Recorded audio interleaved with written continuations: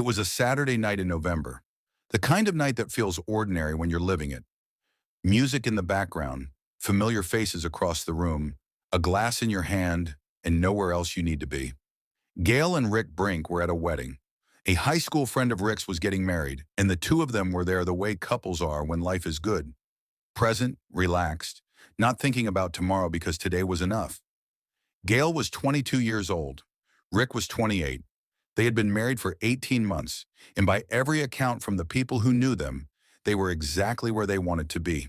Not just at the wedding, in their lives. Holland, Michigan, moves at its own pace. It's the kind of town where people don't just recognize your face, they know your story. Where your neighbors remember what your parents did for work, where you went to school, who you married. Community isn't a concept there. It's a daily practice. And Gail Brink was woven into that community in a way that people still talk about. She wasn't loud about it. She didn't need to be. There was a warmth to her that people felt before she even spoke. The kind of presence that makes a room feel safer just by being in it.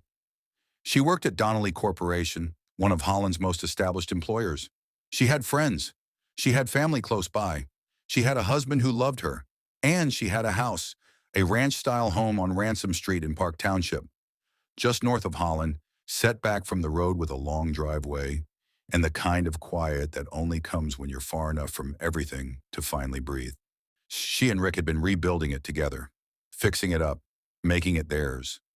There was even a room they had plans for, empty for now, but not for long, or at least that was what they believed on the night of November 21st, 1987, when they dressed up, drove to a wedding, and danced like the future was already waiting for them at home. It was, just not the one they imagined. If you're new to this channel, welcome. What you're about to hear is a true story, fully verified, and told with the respect it deserves.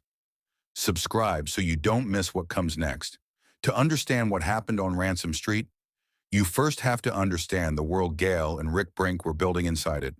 Holland, Michigan sits on the eastern shore of Lake Michigan, tucked into Ottawa County, in one of the most tightly networked communities in the state. It's a place shaped by Dutch heritage, strong family ties, and a culture where people show up for each other.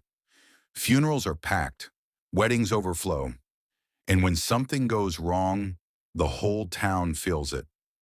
Gail Wingarden grew up inside that world. She was the kind of person her community produced at its best. Grounded, loyal, quietly capable. She had grown up in a large family, the kind where Sunday dinners ran long and everyone had a role. Her older sister Cheryl was close to her. Her brother Ryan was part of the fabric of her life in the way siblings are when you grow up in a small town. Always nearby, always present. She had taken Rick's last name when they married, becoming Gail Brink. But she never stopped being a Wingarden in the ways that mattered. Her roots were deep. Her people were close. Rick Brink was cut from similar cloth. He worked at Trenway Corporation, a Holland-based office furniture manufacturer with a reputation for quality and a workforce that felt more like a family than a company. His boss there was Don Hieringa, the company's chairman, a man who would later describe Rick as someone you didn't forget, someone whose absence left a mark. For 27 years after the murders, Don Hieringa looked out at a memorial flagpole every single morning and wondered if justice would ever come. That detail alone tells you something about who Rick Brink was. The house on Ransom Street was more than an address. It was a declaration. Gail and Rick had purchased it, seen past what it was, back and started turning it into what they wanted it to become. They renovated. They planned. They talked about the future the way young couples do when they're still close enough to the beginning to believe that everything is possible. There was a room in that house with no furniture in it yet. People who knew them understood what that room was for. It was the kind of detail that makes a case like this harder to sit with. Not because it's dramatic, but because it's so completely human. Two people, 18 months into a marriage, fixing up a house, going to weddings, making plans, living. That is who was taken on the night of November 21st, 1987. Not just two victims, not just a case number filed in Ottawa County. A woman with a laugh people still describe. A man whose boss never stopped looking at that flagpole. A marriage that was still in its first chapter. and a room that never got filled. Where are you watching from tonight? Drop your city or state in the comments. We read every single one. The wedding ended the way good nights do, gradually, reluctantly, with hugs at the door and promises to catch up soon. Gail and Rick Brink drove home to Ransom Street sometime after midnight. What happened next has been reconstructed through evidence, testimony, and the painstaking work of investigators who refused to let the night stay buried. What follows is what the record shows. Verified, documented, and as close to the truth as 26 years of investigation could bring it. Rick never made it inside the house. He was shot in the driveway, and the bullet struck him as he sat in his Chevrolet Blazer. A single .22 caliber round fired at close range. The kind of shot that doesn't happen by accident. The kind of distance that means the shooter was someone Rick didn't run from. Someone he may have recognized. Someone he may have even spoken to before the trigger was pulled. He was found there, in the vehicle, in the dark. Inside the house, Gail had made it to the bedroom. She was shot in bed. A .22 caliber revolver, the same weapon investigators would later determine, was used on both of them. 2 victims, 2 locations, 1 gun, 1 night. But it was the detail around Gail that stopped investigators cold. A pillow had been placed over her face, not before the shot, after. The bullet had already done its work. Whatever came next, the careful placement of that pillow, the most deliberate act of covering her, was something else entirely. It wasn't tactical. It wasn't about concealment. The investigators who worked this case and the behavioral analysts who later reviewed it pointed to one word: remorse. Someone who knew her. Someone who, even in the act of killing her, couldn't bring themselves to look at what they had done. That detail would echo through this case for the next 26 years. There was no forced entry. The doors had not been broken. The windows had not been smashed. Whoever came to Ransom Street that night either had a key or was let in, or knew the house well enough to find another way without leaving a mark. There was no sign of robbery. Nothing of value was taken. No ransacking. No drawers pulled open. No jewelry missing. This was not a burglary that escalated. This was not a random act of violence that found the wrong house on the wrong night. This was targeted. 2 specific people in a specific home on a specific night, killed with a specific weapon by someone who knew exactly where they lived, knew exactly when they would be home, and knew the layout of that house well enough to move through it in the dark. The Ottawa County Sheriff's Department responded to the scene in the early hours of November 22nd. What they found was a crime scene that raised more questions than it answered. 2 victims, no witnesses, no murder weapon recovered, no signs of forced entry, no apparent motive visible on the surface, and a pillow, placed with a care that didn't belong in a crime scene. A gesture so human, so conflicted, yet that it would become the detail investigators kept returning to long after everything else had gone cold. Someone had stood in that bedroom after ending Gail Brink's life and covered her face. That person went home that night. And for 26 years, they woke up every morning in the same community where Gail and Rick Brink were buried. When the Ottawa County Sheriff's Department opened this investigation in November of 1987, they were not starting from nothing. They had a crime scene. They had physical evidence. They had a community full of people who knew the victims, and, as it would turn out, people who knew more than they were saying. What they didn't have was time working in their favor. The early investigation moved the way most homicide investigations do in the first 72 hours. Fast, wide, and urgent. Detectives canvassed the neighborhood. They interviewed family members, co-workers, and friends. They looked at Rick's world and Gail's world and tried to find the place where an enemy might live. Ryan Wingarden, Gail's older brother, was interviewed early. He had an alibi for the night of the murders. Someone placed him elsewhere. The alibi held, at least on the surface, and investigators moved on. But Ryan's name never fully disappeared from the margins of the case. There were people who remembered things he said, things that didn't sit right, comments made at the funeral that felt less like grief and more like something else, something that wouldn't have a name until behavioral analysts gave it one decades later. But in 1987, those observations weren't evidence. They were just feelings, and feelings don't hold up in court. Then the physical evidence took a blow that would haunt this case for decades. The bullets recovered from the scene, the .22 caliber rounds that could have been matched to a specific weapon, were lost, not destroyed, not tested and discarded. Lost. Somewhere in the chain of custody, through in the filing and storing and transferring of evidence that happens in the years after a case goes cold, the bullets disappeared from the record. It was the kind of institutional failure that no one intends and everyone regrets. And it meant that even if investigators found the gun, they could no longer make a definitive ballistic match. A critical forensic thread severed. This is one of the most common and least discussed reasons why cold cases stay cold. It isn't always about bad detective work. Sometimes it's about the infrastructure of evidence storage, the way physical materials are cataloged, transferred between departments, and maintained over years and decades. In the 1980s, standardized evidence retention protocols were inconsistent across many county-level law enforcement agencies. 8 items that seemed peripheral at the time were sometimes stored carelessly, mislabeled, or lost entirely during office moves or system transitions. The loss of those bullets didn't just remove a piece of evidence. It removed a category of proof, the kind that juries understand instinctively. Ballistic matching is visual, concrete, and persuasive.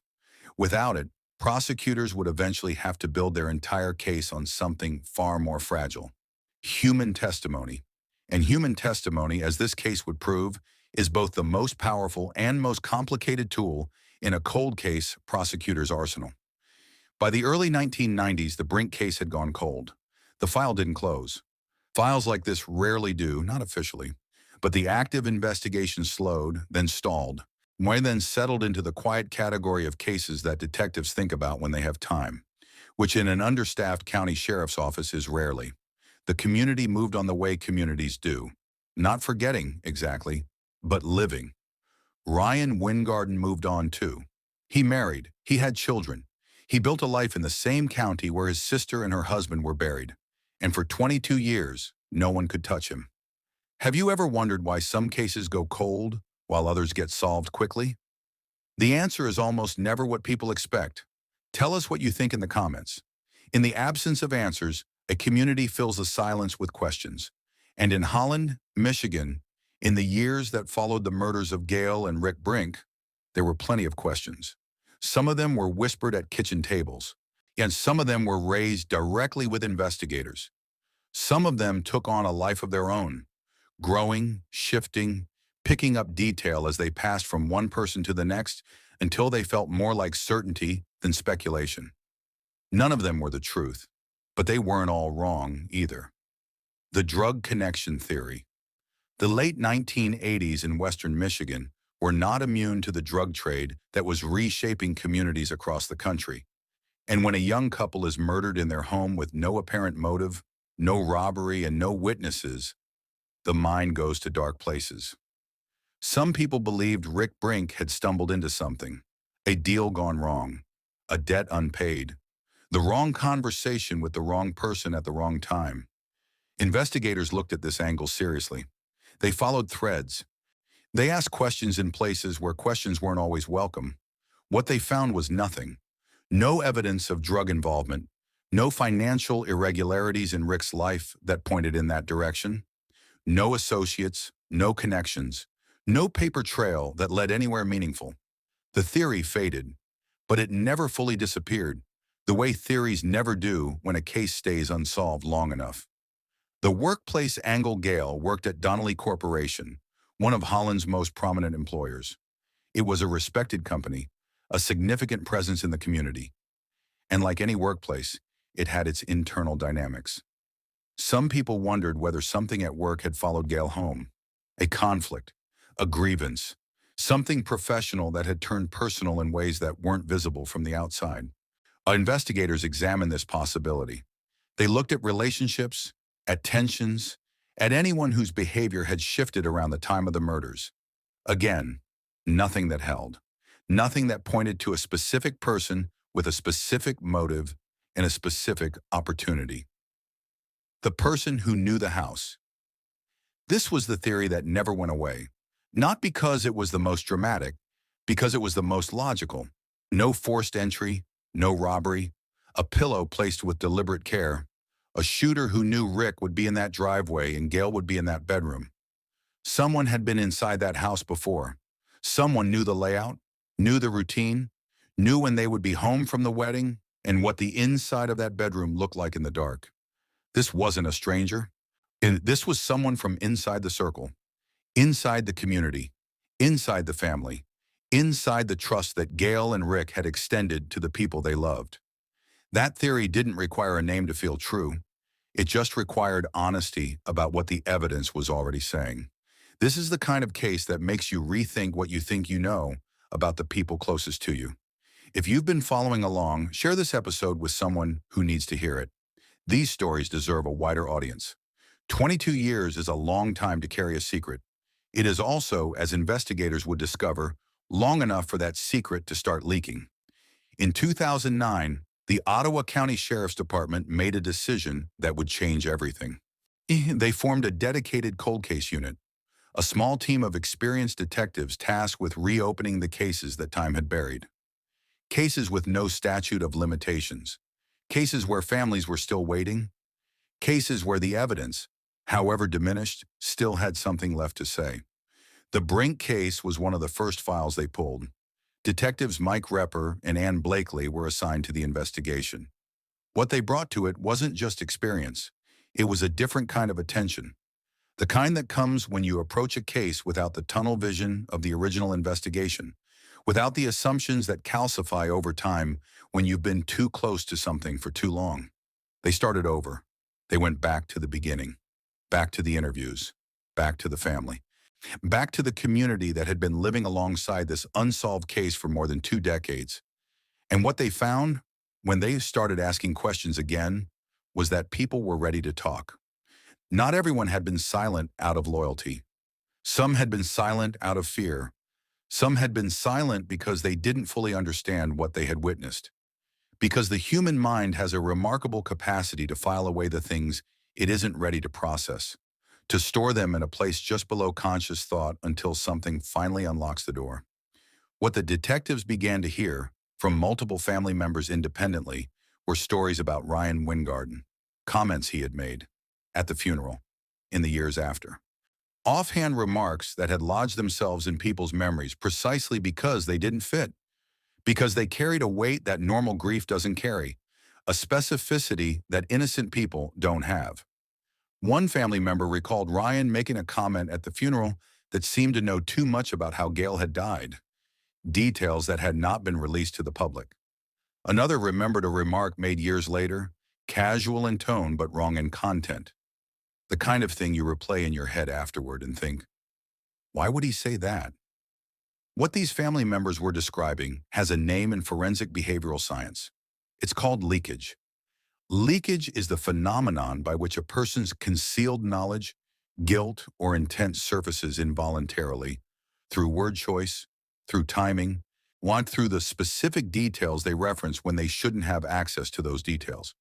It was first formally studied in the context of threat assessment, but its applications in cold case investigation have become increasingly significant.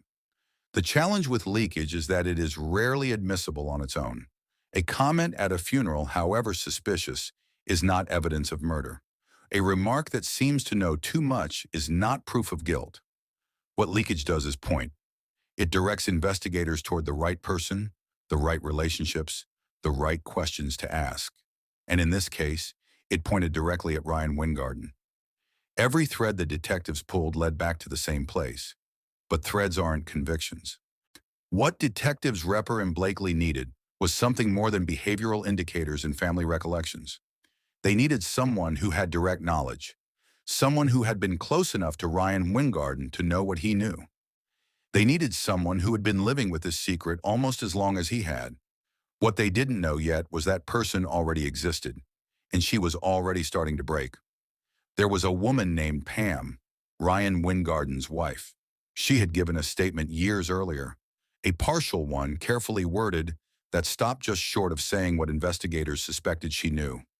At the time, it hadn't been enough, but when detectives Repper and Blakely went back to her, they found someone who had spent 22 years married to a man she was afraid of, Someone who had watched her husband carry this secret through 2 decades of ordinary life, school plays and Sunday dinners and neighborhood barbecues, and had never been able to fully look away from what she knew.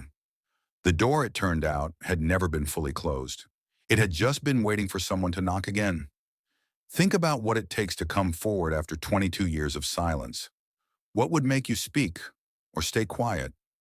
Leave your thoughts below. There is a moment in almost every cold case where the architecture of silence finally gives way. It doesn't always happen dramatically. It doesn't always come with a confrontation or a breakdown or a scene that looks the way television has trained us to expect. Sometimes it comes quietly. In a room with two detectives, a box of tissues, and a woman who has been carrying something unbearable for longer than most people can imagine. That moment came in 2013. Pam Wingarden sat down with investigators and told them what she knew. What she described was not a confession of her own guilt. It was something in some ways harder to carry. The confession of a witness, someone who had been told, someone who had been threatened into silence and had lived inside that silence for 26 years, raising children, maintaining a household, while sitting across the dinner table from a man she now knew had killed her sister-in-law and her sister-in-law's husband. She told investigators that Ryan had confessed to her, not in a formal way, not with remorse or ceremony, but in the way that people sometimes confess to the person closest to them, because the weight becomes too much, because silence requires a witness, because some part of them needs someone else to know. Ryan Wingarden had told his wife that he killed Gail and Rick Brink. He had also told her what would happen if she ever said anything. The threat was specific enough that Pam had believed it, specific enough that she had stayed quiet through 2 decades of marriage, through the cold case unit's first round of interviews, or through every moment when the truth had pressed against the inside of her chest and she had chosen, again, to hold it in. What changed in 2013 is something only Pam Wingarden can fully explain. But the detectives who sat across from her that day described a woman who had made a decision, not impulsively, not under pressure in that moment, but deliberately. Someone who had arrived at the end of something and was ready finally to put it down. Her testimony gave investigators what they had been building toward for 4 years. It gave them motive. Ryan's obsessive jealousy toward Gail, rooted in a past that the prosecution would later describe in court in terms that reframed the entire case. A fear, investigators believed, that Gail was going to reveal something about their shared history that would destroy the life Ryan had built. It gave them a timeline, a weapon, a confession from the killer's own mouth, delivered to the one person he had trusted and threatened into silence. Ryan Wingarden was arrested, 26 years after he drove to Ransom Street, walked through a door that didn't need to be forced, and ended 2 lives in the space of a single night. If this case is new to you, share it. Cold cases only stay cold when they stay quiet. Every share is another set of eyes, another person who might know something, another reason for families to keep hoping. Ryan Wingarden went to trial in 2014. By the time the case reached a courtroom, it had been 27 years since the night on Ransom Street. 27 years since Rick Brink was shot in his driveway, and Gail Brink was shot in her bed with a pillow placed over her face by someone who couldn't look at what he had done. The prosecution walked into that courtroom without the murder weapon, without ballistic evidence, without a single piece of forensic material that could be placed directly in Ryan Wingarden's hands on the night of November 21st, 1987. What they had was a story, and they had to make it hold. The motive the prosecution presented was not simple. It was layered. The kind of motive that takes time to explain and requires a jury to sit with something uncomfortable. Prosecutors argued that Ryan Wingarden had been driven by a toxic combination of obsessive jealousy and self-preservation. One knew that his relationship with Gail had a history that went beyond the normal boundaries of a sibling bond. A history that Gail, now married and building a life, had the power to expose. The fear, prosecutors argued, was not abstract. It was specific. It was urgent. And it had been building in Ryan Wingarden long enough that by November of 1987, he had convinced himself that the only way to protect what he had was to take away the person who could threaten it. Pam Wingarden took the stand. It was, by any measure, one of the most significant moments of the trial. A woman testifying against her own husband. A woman describing a confession delivered in the privacy of a marriage. A confession that had cost her 26 years of silence and fear. The defense challenged her credibility at every turn. They pointed to the years of silence. They pointed to the divorce proceedings that had begun after Ryan's arrest. They pointed to every reason a jury might have to question whether a wife's testimony against her husband was truth or something else. The prosecution pointed to something simpler. Why would she lie? A jail inmate also testified. A man who had been housed with Ryan Weingarten after his arrest and claimed that Ryan had made incriminating statements while in custody. Jailhouse informant testimony is among the most scrutinized categories of evidence in any trial, and the defense treated it accordingly. But the jury was listening to everything. This trial became a masterclass in what modern prosecution looks like when the physical evidence is gone. The American legal standard, beyond a reasonable doubt, was designed with physical evidence in mind. Could fingerprints, DNA, ballistics, the things juries can see and touch and understand without interpretation. When those things are absent, prosecutors must construct what legal scholars call a circumstantial architecture, a framework of testimony, behavioral evidence, motive, and opportunity so internally consistent that the only reasonable conclusion is guilt. It is harder, it is riskier, and when it works, it is a testament to the idea that truth has a shape, that even without a single fingerprint, a story told consistently enough from enough independent directions can meet the standard that justice requires. In Ottawa County in 2014, it worked. The jury found Ryan Weingarten guilty of 2 counts of first-degree murder. What do you think? Can a case built entirely on testimony ever be as reliable as one built on physical evidence? This is one of the most debated questions in criminal justice. Tell us where you stand. Ryan Weingarten was sentenced to 2 consecutive terms of life in prison without the possibility of parole. He would never walk free again. Judge John Hulsing delivered the sentence with the kind of clarity that only comes when a court has sat with the full weight of what a case contains. He spoke directly to the nature of the crime, not just the act of killing, but the betrayal embedded in it, the violation of trust, the years of silence, the decades that Gail and Rick Brink's families had spent waiting for a justice that the system had almost failed to deliver. He made clear that what Ryan Weingarten had done was not just murder. It was a sustained, deliberate destruction of the people who had loved him most. Ryan Weingarten did not go quietly. At his sentencing, he delivered a statement that those present described as a rant, defiant, self-focused, and entirely absent of the remorse that the pillow in that bedroom had once suggested someone felt. He maintained his innocence. He attacked the process. He spoke like a man who believed even then that the world owed him something it had failed to provide. The families of Gail and Rick Brink sat in that courtroom and listened. They had waited 27 years for this moment. Whatever Ryan Weingarten said from that podium, it could not take it from them. The aftermath moved in several directions at once. Pam Weingarten filed for divorce.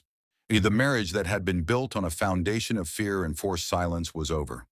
Whatever came next for her would be built on something else, something she had chosen, finally for herself. Don Hiringa, Rick's former boss at Trenway Corporation, the man who had looked at a memorial flagpole every morning for 27 years, finally had an answer. The Ottawa County Cold Case Support Fund was established in the wake of the conviction, a direct legacy of the Brink case and the work of the Cold Case Unit that had cracked it open. It exists to ensure that cases like this one, cases that time and institutional failure had nearly buried, continue to receive the attention and resources they deserve. Ryan Weingarten's subsequent appeals were rejected. He remains incarcerated today. On the flagpole at Trenway Corporation still stands, but the weight it carries is different now. Not the weight of an unanswered question, the weight of an answer that took 27 years to arrive and arrived anyway. There is a version of this story that ends with the verdict, with the gavel, with the sentence, with Ryan Weingarten being led out of a courtroom in Ottawa County while the families of Gail and Rick Brink finally exhaled after 27 years of holding their breath. That version is true, but it isn't the whole story. The whole story includes the pillow. That single devastating detail, the gesture of a killer who couldn't look at what he had done, tells us something that the verdict doesn't. It tells us that Ryan Wyngarden knew exactly who Gail Brink was, and that somewhere beneath the jealousy and the fear and the calculation, there was a recognition of her humanity that he could not fully extinguish. He covered her face, not for her sake, for his, and in doing so, he left behind the one piece of evidence that no amount of time, no lost bullet, no silenced witness could ever erase: the evidence of his own conscience. This case also tells us something about the people who refuse to let it go. Detectives Repper and Blakely, the cold case unit that pulled a 22-year-old file and treated it like it had been opened yesterday. The family members who finally found the courage to say out loud what they had been carrying in private. Pam Wyngarden, who made the hardest decision of her life and made it anyway. Justice in cases like this is never inevitable. It is chosen, again and again, and by people who decide that the truth is worth the cost of telling it. Gail Brink was 22 years old. Rick Brink was 28. They went to a wedding on a Saturday night in November, and they never came home. Remember them. If this episode moved you, subscribe, share, and leave a comment below. Tell us which details stayed with you. Tell us what you're thinking. These conversations matter, and so do the people at the center of them.